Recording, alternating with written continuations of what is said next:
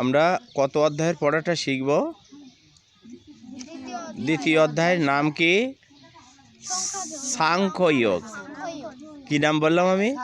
সাংখ্যযোগ। এখান থেকে আমরা কত নম্বর শ্লোক শিখব? 7 নম্বর শ্লোক। কে বলেছেন?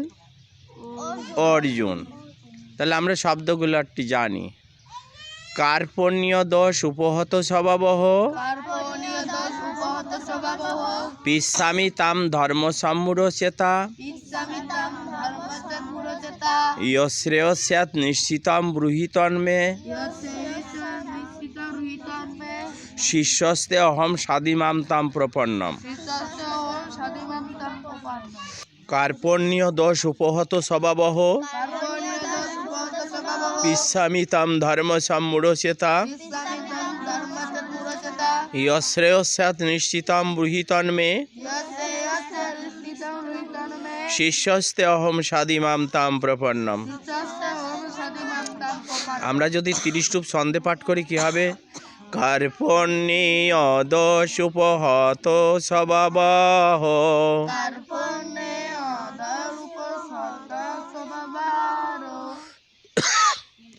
পিচ্ছামি তাম ধর্ম সম্মূঢ়চেতা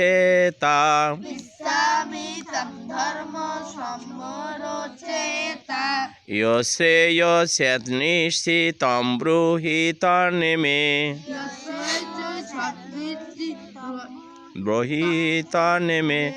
শিষ্যস্তে অহম সাধিমাম তাম প্রপন্নম।